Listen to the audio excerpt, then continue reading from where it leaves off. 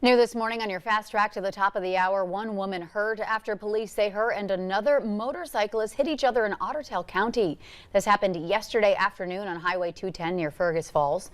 According to a report, the two motorcyclists were traveling east when they collided near the intersection of County Road 29. 64-year-old Sandra Saylor of Alexandria was taken to the hospital with non-life-threatening injuries. The other motorcyclist was not hurt. We have new information this morning on a fire that engulfed a grain bin in Fergus Falls last night. Take a look. A video was sent to us by a viewer over the weekend. Crews were called out to the 400 block of East Junius Avenue just after 6:30 yesterday, after police several blocks away say they spotted the fire. When crews arrived on scene, they say that they saw flames in a grain dryer unit. Crews battled intense smoke while fighting that fire, but they were able to put it out. Now, that smoke caused residents in the area to shelter in place for about 2 hours. Officials say drying soybeans caused the fire. A damage estimate is not yet available. Thankfully, no one was hurt. New this morning, Waubun Schools in Minnesota is canceling classes in Ogama today after a fire in the school building over the weekend. According to the district, a fire happened in the mechanical room of Ogama Elementary. This was on Sunday. While fire crews quickly put out the blaze, that lingering smoke caused an unsafe environment. It's unclear if classes will be able to resume tomorrow or not. The district says they will continue to provide updates online and to the community as they gather more information. One Fargo man is dead after a head-on crash on I-29 just north of Grandin, North Dakota. Authorities say they received initial reports of a pickup heading north in the southbound lanes early yesterday morning. The crash happened a few minutes later, 1 mile north of Grandin. The driver of the Ford F-150 was identified as 39-year-old Simon Bonnier Tor of Fargo. Meanwhile, a semi-truck registered to someone in Canada was involved in the crash with 2 people on board, a driver and a passenger, but neither of them were hurt. A spokesperson for the North Dakota Highway Patrol revealed that alcohol is considered a contributing factor in the crash. Valley News Live will bring you updates as they become available. Well, we're waking up to a beautiful sunrise on our Monday morning to kick off our work week as we send things over to meteorologist Lisa Green. Hey there. Good morning. Yeah, you see it behind me right here. We've got that beautiful orange glow, meaning that skies are clear. And we are on the dry side right now, which is great here to kick off a Monday. And looking at temperatures right around freezing. So most of us are in that 30 to 32 degree range here this morning. And that means if you had some melting over the weekend, we might see some of that freeze back up on some of your sidewalks and parking lots. So just be careful in those locations. Fargo's at 30 degrees. It's 31 in Grand Forks, 32 in Thief River Falls. Clear and quiet in Bemidji at 32 degrees. Above freezing in Detroit Lakes at 34. And Devil's Lake is at 30. Clear skies continue here for us for a little while, but we do see clouds in the forecast for us here today. We're going to see more of those drifting in as we go through the day. I'm hoping it'll just be some, thin clouds. We'll still get some sunshine through here and get a little bit of that sun and brightness here for this afternoon as well. But in general, we will see some increasing clouds out at the bus stop this morning, dry at least, and light winds to start off. Afternoon, again, those pick up. We're going to start to see them increase just a little bit by 3 o'clock this afternoon. Some speeds into the teens, maybe a gust or 2 to 20 miles per hour. It really gets going into the nighttime hours for tonight. We'll see some of our strongest winds, but it's out of the south, and that means warmer air moving in, and we'll see that high of 53 degrees today in Fargo. We'll stay warm overnight. We're talking temperatures starting off in the 40s for Tuesday. That sets us up for a day that will be very mild, maybe even seeing a couple of 60-degree temperatures again on Tuesday. And we keep the milder weather going into the week. Now, heading into the weekend, that's our next best bet for some precipitation Sunday and into Monday. And I know that's leading into a very busy travel week for the holiday coming up here. So keep in mind, we'll be keeping you updated right here. You can always check for the latest on the Valley News Live weather app. And if you're traveling for the holidays, that's your best tool to see what the weather's like where you're headed and set it to follow you so you can get alerts to where you're going. Great reminder. Okay, thank you, Lisa.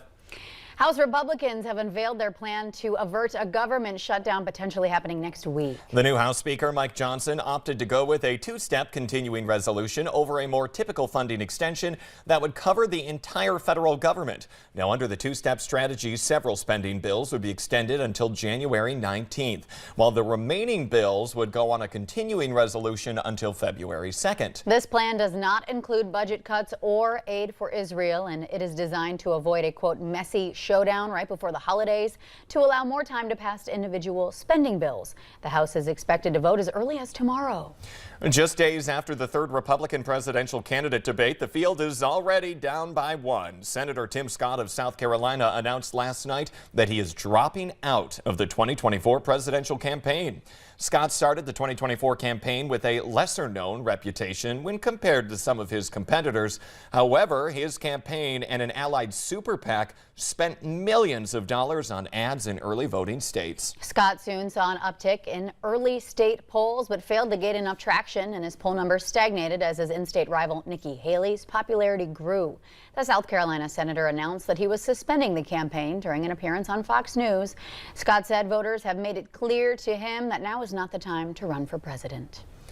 Donald Trump Jr. is expected to take the stand once again in his family's civil fraud trial. This time, though, he is scheduled to be the defense's first witness. This trial, which threatens former President Donald Trump's empire, is now in its second month. The death toll in Gaza continues to climb. The Hamas-run Gaza Health Ministry says it's now topped 11,000. The World Health Organization calling for actions to stop attacks near Gaza's hospitals, calling them the scenes of death, devastation, and despair. Meanwhile, U.S. and Israeli officials say negotiations are ongoing for a deal to release some of the more than 200 hostages believed to be held by Hamas and other terror organizations. Doug Williams has the latest from Tel Aviv. Multiple U.S. officials tell CBS News the negotiations are underway to free the hostages taken by Hamas and other terror groups after the deadly October 7th attacks. The negotiations are delicate, they're high stakes. Two officials say one sticking point is that Hamas has not produced a list of hostages it holds or would be able to free as part of a deal. The White House has confirmed a 3-year-old American is among the kidnapped. In an NBC News interview, Israeli Prime Minister Benjamin Netanyahu was asked if there's a potential deal. There could be, but I think the less I say about it, the more I'll increase the chances that it materializes. As diplomatic negotiations continue on several fronts, the situation inside Gaza City hospitals, we're told, is increasingly dire. Caught in the crossfire is Gaza's largest hospital, Al-Shifa, which the World Health Organization says is no longer able to function, with deaths mounting. Israel's military released video they say shows 300 liters of fuel, a relatively small amount, being dropped off near the hospital to help with operations. They accuse Hamas of setting up operations there and blocking hospital workers from collecting it. Meanwhile, the U.S. has carried out strikes against an Iran-linked training facility and safe house in Syria. Defense Secretary Lloyd Austin says the strikes were in response to attacks on U.S. service members there and in Iraq. Doug Williams, CBS News, Tel Aviv. Hamas has denied that it stopped staff at the Al-Shifa hospital from taking the fuel left by the Israeli army, and it says it is not involved in the hospital's management. The Alaska Airlines pilot accused of trying to shut off the engines of a plane mid-flight is now speaking out. 44-year-old Joseph Emerson is charged with 83 counts of attempted murder. He told the New York Times that during the incident on October 22nd, he was affected by psychedelic mushrooms that he had taken during a weekend getaway in Washington state to commemorate the death of his best friend. Emerson said he has been dealing with persistent depression since his friend's death and thought that he was dreaming. He said he never intended to hurt anyone on the flight and also admitted that he feared he could be grounded altogether from flying due to this depression. Emerson's arraignment is now set for November 30th. A SpaceX Falcon 9 rocket launched from Cape Canaveral yesterday. The flight placed 2 communication satellites into the medium Earth orbit. The Falcon 9's first stage came back to Earth and made what's called a vertical touchdown on a shortfall of gravitas in the Atlantic Ocean. The Falcon 9 booster on the flight flew on 8 previous missions, and this mission marked SpaceX's 84th launch this year alone. The East Grand Forks Police Department, along with the Fire Department and Iron Pigs Motorcycle Club, are kicking off their 14th annual Code 3 for Christmas toy drive. The group says that they currently are accepting new toys for children with ages ranging from infant to 18.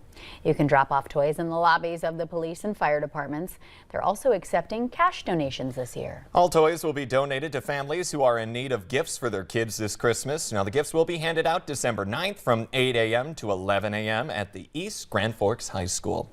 And speaking of toys, 4 new ones have been inducted into the National Toy Hall of Fame. They're baseball cards, Nerf toys, Cabbage Patch Kids, and the Fisher-Price Corn Popper. They'll go on display permanently inside the Strong National Museum of Play in Rochester, New York. One resurging classic toy, the Ken doll, though, did not make the cut this season, despite the success of this summer's blockbuster Barbie movie. Barbie, though, entered the Hall of Fame back in 1998. Yeah, sorry, Ken, not this year. The Today Show and CBS Mornings are just about to start. Thank you all so much for waking up and starting your week with us here on the Valley today. My name is Ashlyn Hill. And I'm Jordan Schreier. Have a great day.